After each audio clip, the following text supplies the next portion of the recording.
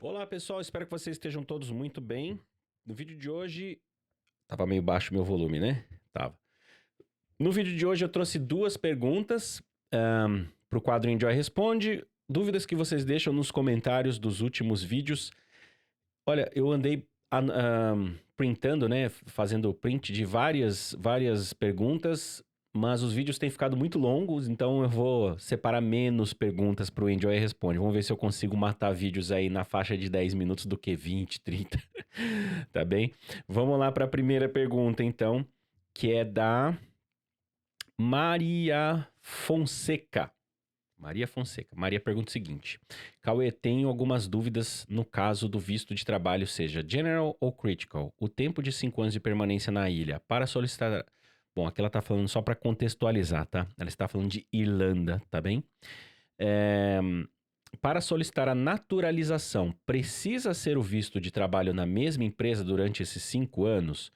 E no visto de estudos, no caso de gravidez, sei que o visto de estudante não permite dependentes, mas se caso, perdão, se caso acontecer gravidez durante o intercâmbio, como fica com a escola se a criança nascer na ilha? É possível alguma licença ou algo do tipo com a escola?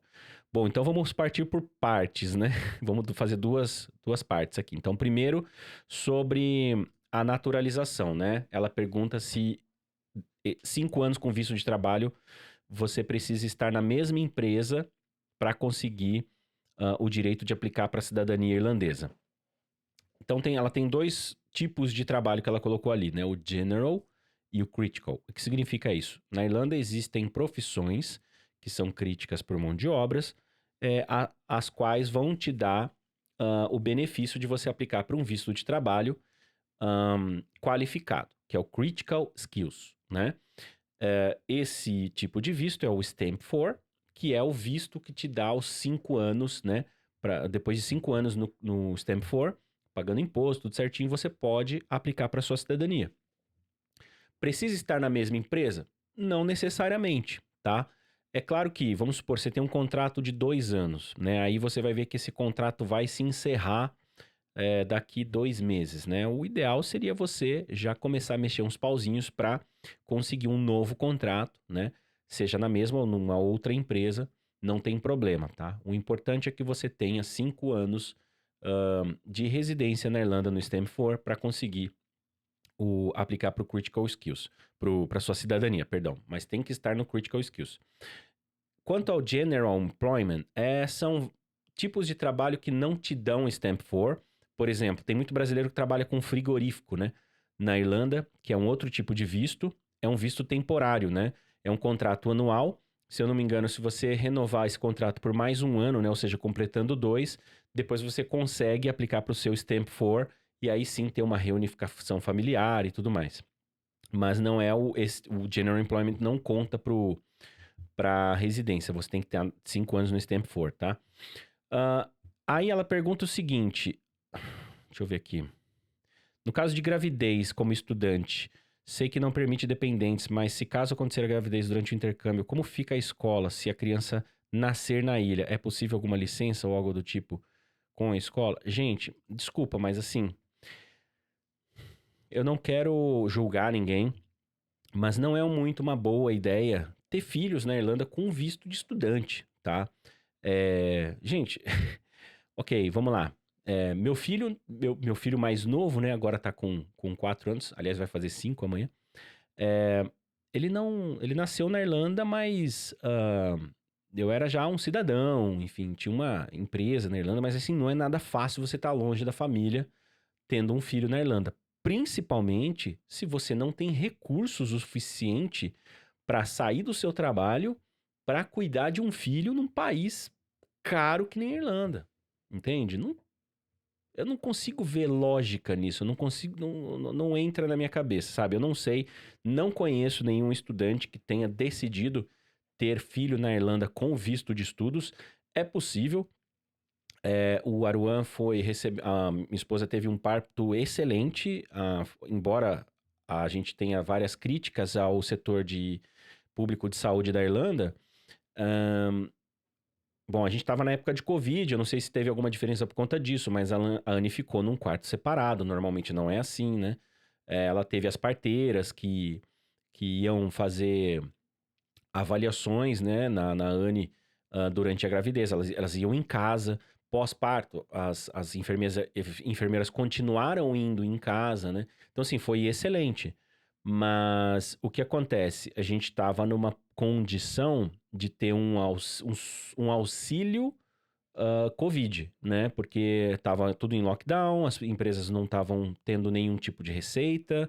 Enfim, a gente acabou, felizmente, né? O auxílio que nós tínhamos dois, né? Então a gente conseguia se manter com esse auxílio do governo.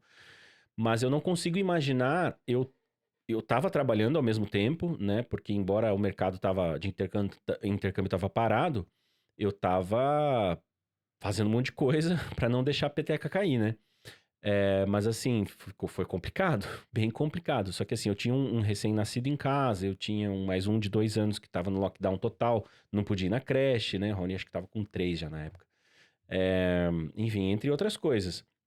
Agora, o estudante é mais complicado porque, primeiro, você tem uma renda muito baixa. Você vai estar ganhando ali o salário mínimo, não sobra muito, entendeu? Para você guardar e falar, pô, se eu tiver um filho, eu tenho uma reserva e aí eu não preciso trabalhar. Cuidado, tá? Estudante normalmente não tem benefícios, né?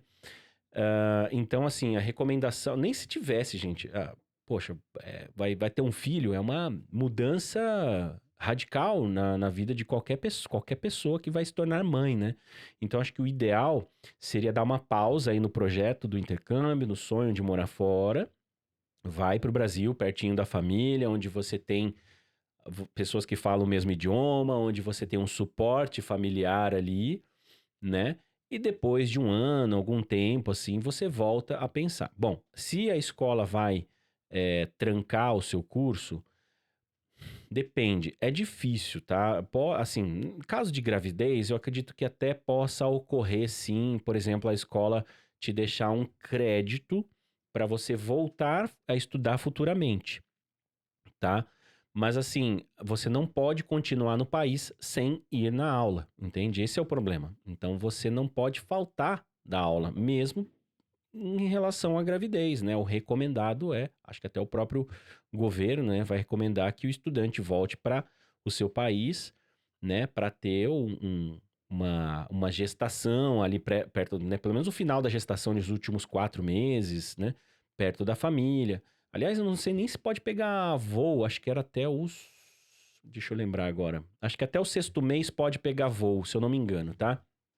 E depois de tudo, aí você volta a pensar num projeto de morar fora, tá, gente? Mas não recomendo não, tá bom?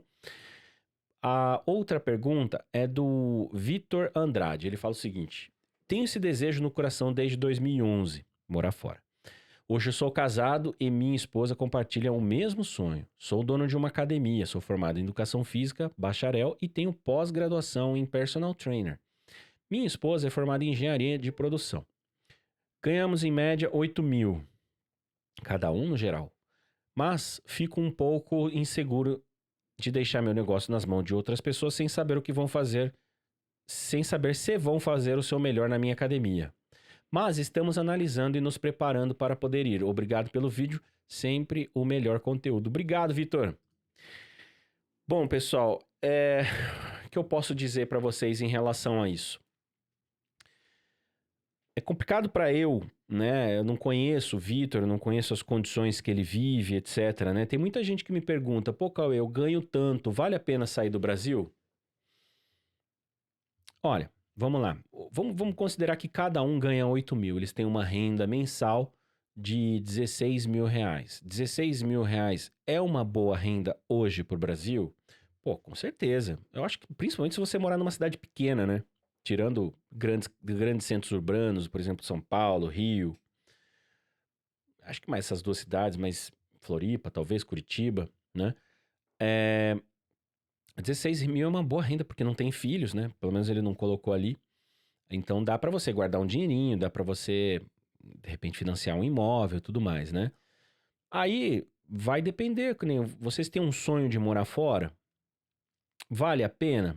Aí as pessoas vão sempre me criticam quando eu falo isso. Ai, mas por que que vai abandonar uma vida ganhando 15, 16, 20 mil reais no Brasil para lavar prato, para fazer faxina em outro país?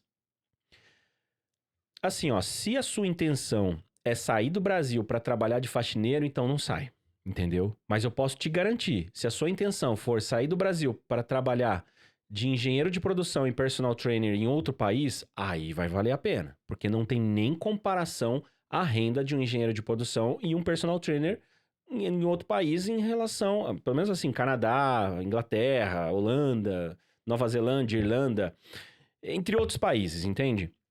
Até países de economia mais fraca, tipo Espanha, entendeu?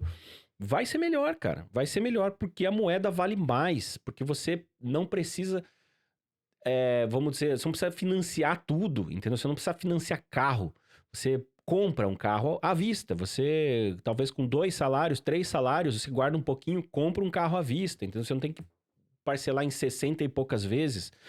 É, hipotecar uma casa, por exemplo, né? Uma casa no Brasil que custa, sei lá, 400 mil reais, você hipotecar, você vai ter pago aí 900 mil com os juros. Gente, isso não existe fora do Brasil, pelo menos na maioria desses países, tá? Você vai dar uma entrada ali de 5, 10%, vai hipotecar uma casa que custa 300, 400 mil dólares, você vai ter pago ali, sei lá, 500, vai, 100 mil dólares de juros, entendeu? E não 2 casas e meia, entende? Então, é, vamos dizer assim, em relação a taxações, né?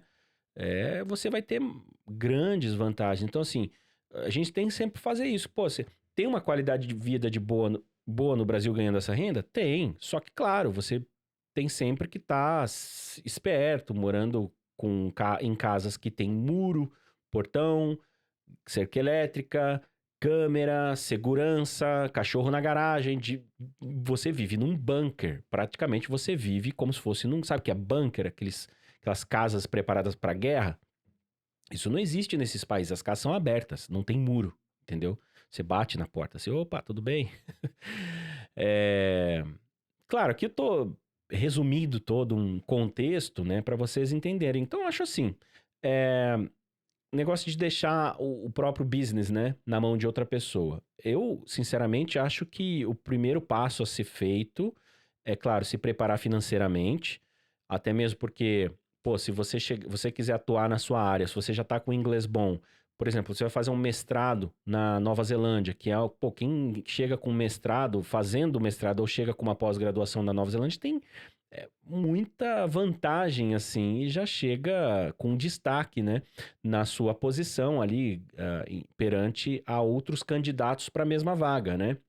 Quem tem mestrado vai ter cargos de liderança, gerência, supervisão, enfim.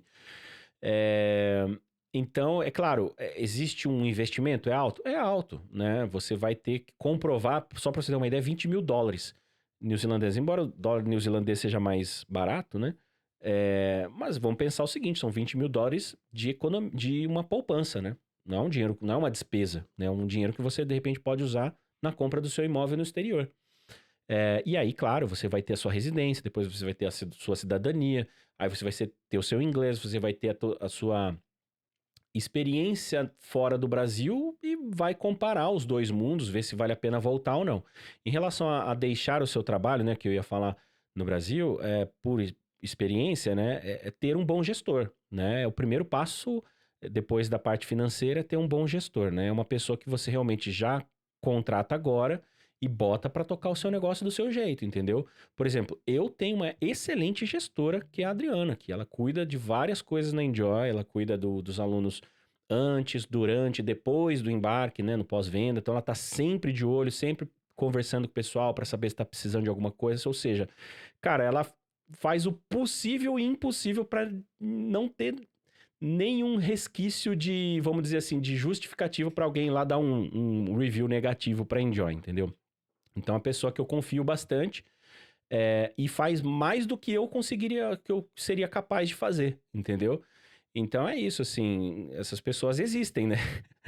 Eu sei que é difícil achar, né? Talvez eu tenha dado sorte, mas essas pessoas existem. Então é mais uma questão de você procurar ter essa experiência com ela primeiro e depois deixar na mão. Eu deixaria tranquilamente a Enjoy na mão da Adriana hoje. tá? Então é isso, pessoal. As dúvidas de hoje, né? Lembrando que se vocês precisarem de algum auxílio, suporte, orientação, tem o nosso WhatsApp aqui na telinha. E eu vou trazer mais comentários do Enjoy Responde para vocês. Olha lá, o vídeo deu mais de 10 minutos, quase 16. Grande abraço, enjoy life, live your dream. Cheers.